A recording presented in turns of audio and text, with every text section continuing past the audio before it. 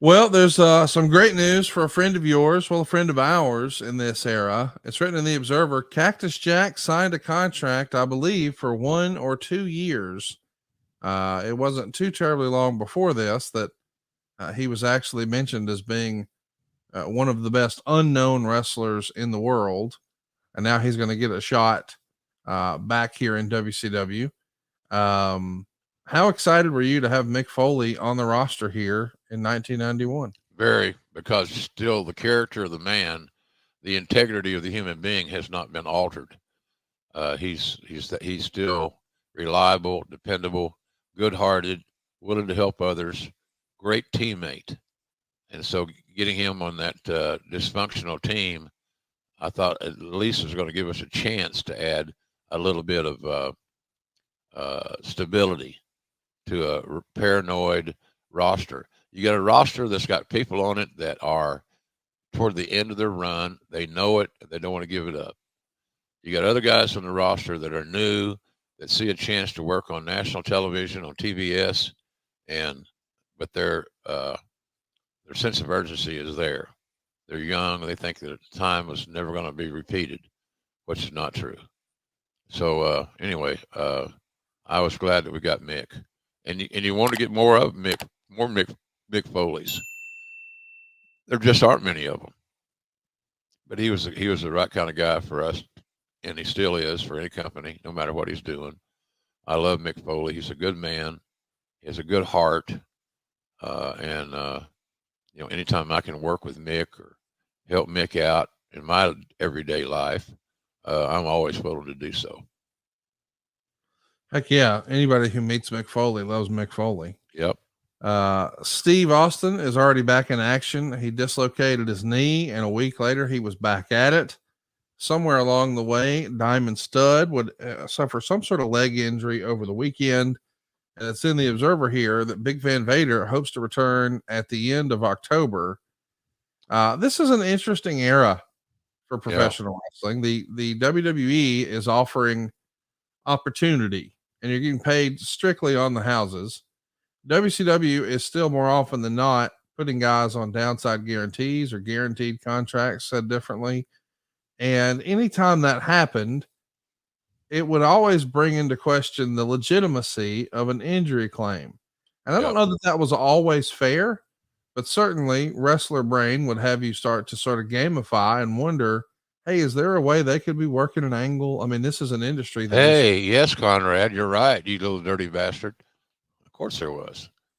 Guys could take a few weeks off and pull it off without any hitches. It's easy to come up with injury issues. How in the hell do you have any kind of career without having some injuries that linger? Right. And they linger well enough when you communicate with a regular doctor that he's going to say, "Oh my God, you can't do that. You need to rest. You need time off," and which most doctors would say. Right. So yeah, you wonder about the character of the. That's why I made the point about Mick Foley. If Mick Foley said he was hurt and could not function, take it to the bank. It was real. It was honest. It was legit. Yes. You can't say that about everybody, because a lot of guys are on the other end of that spectrum. Here's the two places they are. They're either at the top. They're either experienced and they are you're getting ready to tag out. There's that. Then you got the other young guys who have gotten into the system, and they see that, well, maybe I'm not as good as I need to be. Maybe I'm not in the position that I want to be. And so all of a sudden, that's an issue. And I think that's kind of where we were with some of these guys. We had some guys that are on their way out. We had some guys that are on their way in. The guys that are on their way out knew that there weren't a lot of stops along the way left. And the guys that were new saw that maybe they weren't as good as their evaluation or they thought they were.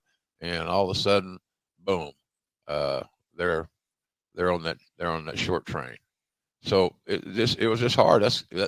We needed balance. We needed more Mick Foleys to come on board and to be rightful members of the team. where you're playing for the team and not for your own agenda. And that's really, really hard to find, if not impossible. Around this same time, we've heard that One Man Gang is going to be let go. Dick Murdoch and Dick Slater are also both released. What can you tell us about Murdoch and Slater? Why was it time for them to go learn a new hold here in 1991? Yeah, well, I love those guys. Those are really good workers. It needed to be communicated to them what their role was. And then before the door shut on their way out, they need to understand and agree that that was true. Murdoch and Slater had graduated to becoming mid-card heel tag team. Sometimes talents agree with that assessment, but more often than not, when you got guys that have been on top and have main evented in a lot of different arenas, different territories, it didn't work out that way. They believe that they're still as good as they ever was, and they just weren't. And so that was an issue with Dickie and Slater.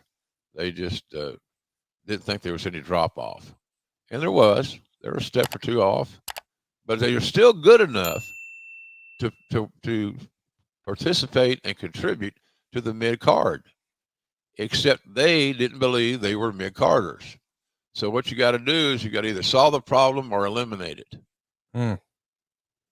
And so if you can't get them to agree that they're, that